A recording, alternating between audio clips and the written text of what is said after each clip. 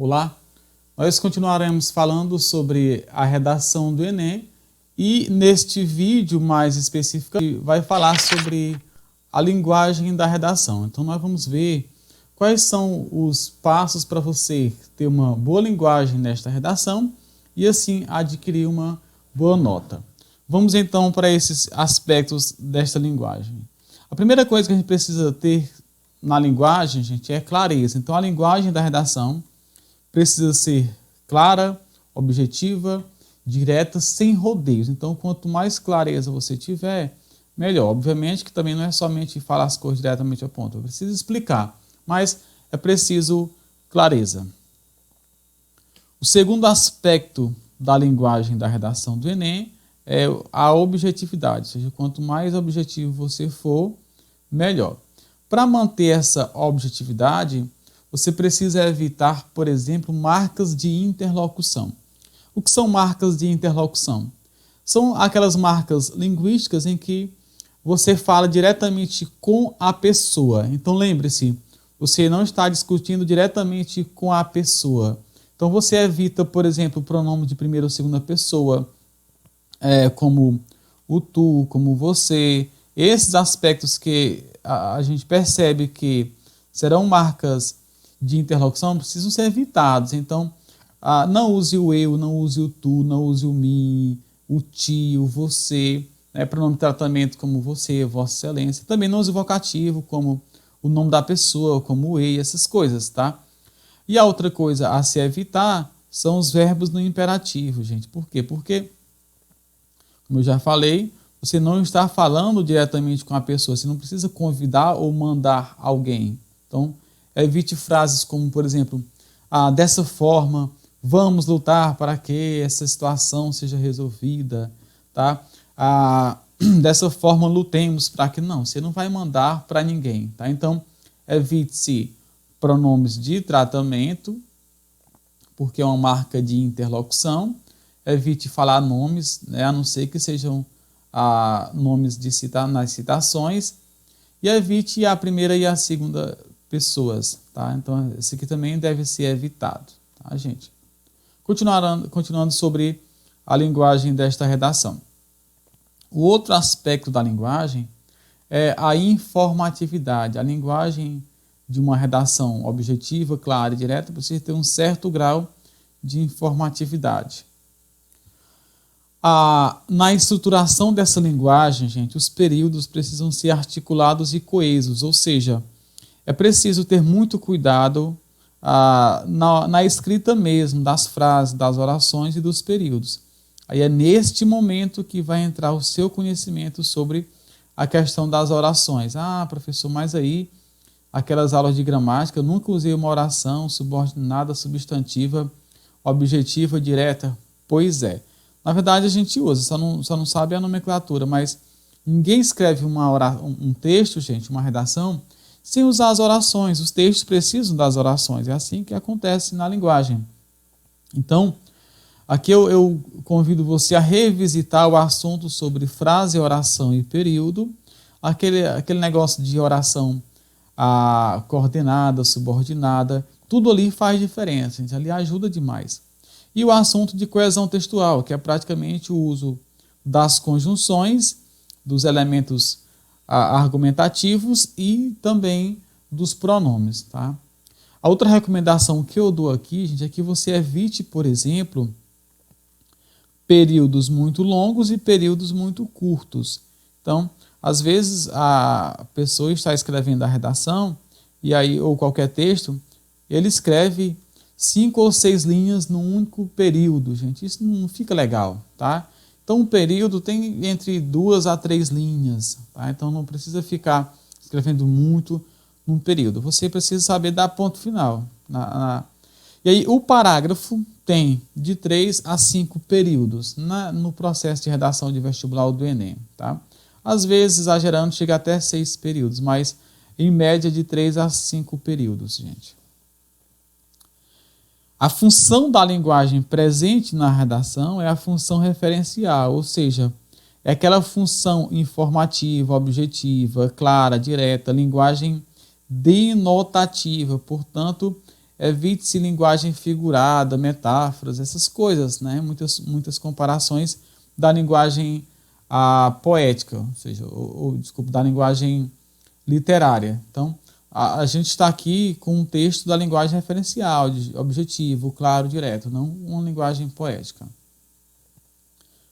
O outro aspecto da linguagem da redação é a impessoalidade, ou seja, como eu já falei, você evite-se falar diretamente com a pessoa e evite falar diretamente de você, tá? Aqui é um texto, uma linguagem impessoal.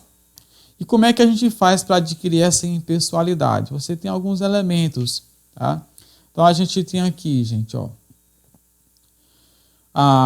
os pronomes em terceira pessoa, tá? As construções passivas e um nós genérico. São algumas formas de você impessoalizar esta linguagem. Vamos então a alguns exemplos. Aqui um exemplo com o pronome terceira pessoa, tá? Então aqui a gente tem o se, que é de terceira pessoa. Obviamente que se o pronome está em terceira pessoa, o verbo tem de estar também em terceira pessoa. Então aqui, ó, pode-se dizer que. Então eu posso usar termos como pode-se dizer, nota-se, observa-se, tá? Percebe-se. Daí você continua a frase. A outra forma de você impessoalizar, além da voz passiva, por exemplo, é percebido, né? É observado, que também é possível isso. A outra forma é o nós genérico. Então, por exemplo, vivemos em uma sociedade na qual necessitamos, assim, ó, vivemos, gente, aqui. Então vivemos, percebemos. Professor, mas eu ouvi dizer que você não pode se incluir. Só que essa inclusão aqui, gente, é o nós genérico, ou seja, não é somente você, é você e todo o grupo de que você, a que você faz parte, né, de que você faz parte. Então, percebemos, observamos, notamos, sabemos que, tá? É outra forma. O que se deve evitar, gente? Deve-se evitar que se mesclem as duas pessoas, né? Então veja, se você começar o seu primeiro parágrafo do desenvolvimento com termos como percebe-se que no Brasil há casos assim, assim, assado.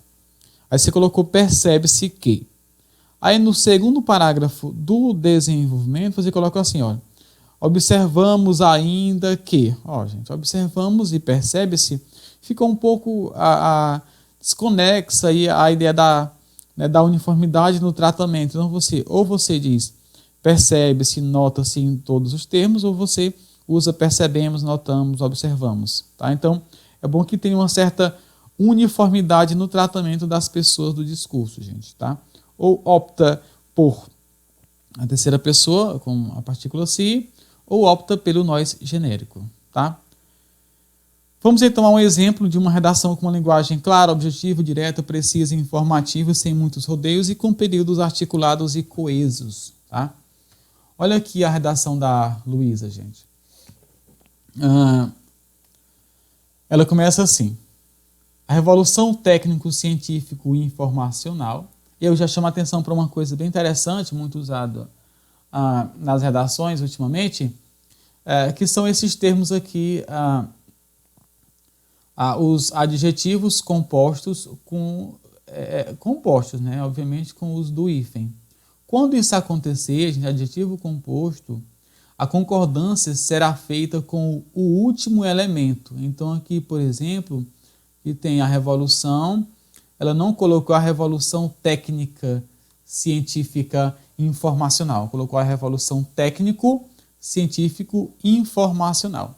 Se não fosse o termo informacional, fosse somente técnico, científico, seria a revolução técnico-científica. Tá? Agora, sem o hífen, ou seja, sem ser o adjetivo composto, ela poderia colocar a revolução técnica e científica. Tá, gente, aqui. Se aqui fosse informacionais, desculpa, se fosse revoluções, aqui seria as revoluções técnico-científico e informacionais. Tá? Só um aparato sobre a concordância nominal. A revolução técnico-científico e informacional, iniciada na segunda metade do século XX, inaugurou inúmeros avanços no setor de informática e telecomunicações. Aqui é o primeiro período dela, gente. Informativo, claro, preciso, direto. Embora esse movimento, ó, quando alguém começa com o termo embora, que é uma conjunção adverbial, ou seja, é lá da parte da subordinação, então eu já sei que esse período aqui será composto. Aqui é um período simples, ó. Você lembra muito bem quando é que nós temos um período simples. Você vai marcar pelo número de verbos, né? A oração. Período simples é apenas uma oração. E aqui, a oração é essa aqui, gente, ó. Tá? Período simples. Claro que ela intercala uma segunda oração aqui, né? Iniciada tal e tal, mas a frase principal é essa. A Revolução Técnico-Científico e Informacional inaugurou inúmeros avanços no setor de informática e telecomunicações. Tá? Então, aqui é o verbo. Então, quando alguém começa com uma conjunção subordinativa, nesse caso adverbial, eu já sei que o período não terá apenas uma oração, mas duas ou mais orações. Vamos ver? Ó. Embora esse movimento de modernização tecnológica tenha sido fundamental para democratizar o acesso a ferramentas digitais e a participação nas redes, aqui é a primeira oração. Ó. Se ela começou com embora, eu sei que ela vai ter um contraponto, tá? Então, a informação dela aqui é algo positivo, gente, ó, de que o movimento de modernização tecnológica foi fundamental para democratizar o acesso. Se ela falou de maneira positiva e ela usou o embora, isso quer dizer que aqui ela vai colocar o contraponto da coisa, o lado negativo da situação, tá? Então, ó, o verbo embora esse movimento tenha sido, tá aqui, o verbo já sei que aqui é uma oração, gente, tá? Aí ela fala, tal processo, aí ela retoma isso aqui, que é a chamada coesão textual. Tal processo, ela retomou tudo que ela já tem dito, gente, aqui, ó.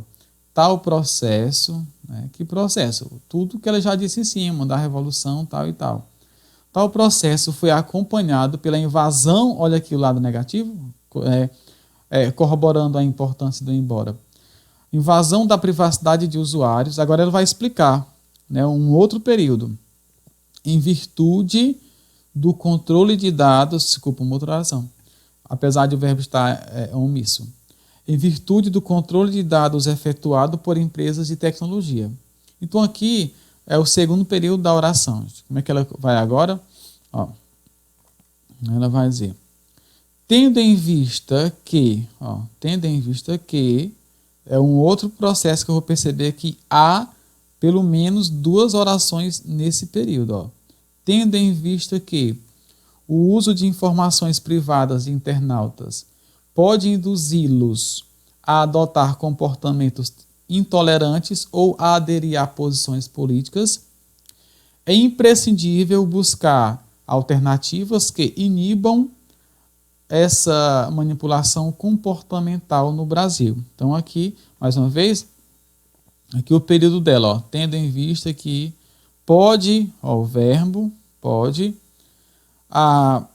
tal e tal e tal e tal. Aqui a situação é imprescindível buscar. É imprescindível que ela já vai, ó, olha que interessante, ela vai introduzir aqui um período composto depois dessa oração aqui, ó. Então aqui tem um período composto por subordinação em que a gente tem as orações subordinadas adverbiais, tendo em vista isso, né?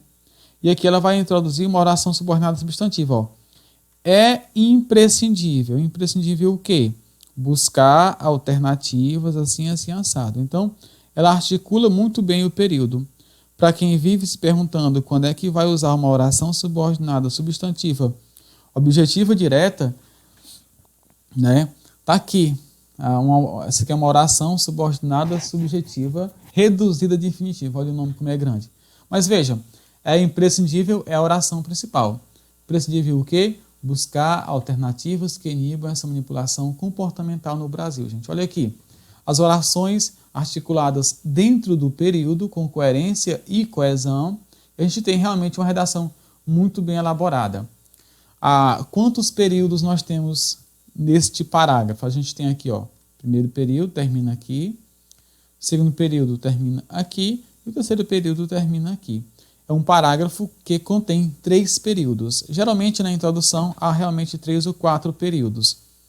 Nos parágrafos de desenvolvimento, há geralmente de 3 a 5 períodos também, mas aí geralmente pode chegar a 6 períodos. Então, você precisa lembrar o seguinte: um período é uma informação completa, e se a informação é completa, eu vou dar uma pausa com o ponto final. O parágrafo é um texto informativo que contém períodos, e aí os períodos vão se articulando entre si para que tenha sentido toda essa informação. Então, são pequenos blocos informativos que formam um grande bloco informativo, gente, ali. Então, a recomendação que eu dou é que evite-se, por exemplo, aqueles períodos muito longos, períodos com 5 ou 6 linhas. Gente, isso não existe, isso não tem como alguém ler um período desse tamanho, tá? Então, é preciso organizar em pequenos períodos. Então, é isso. Abraço, até a próxima.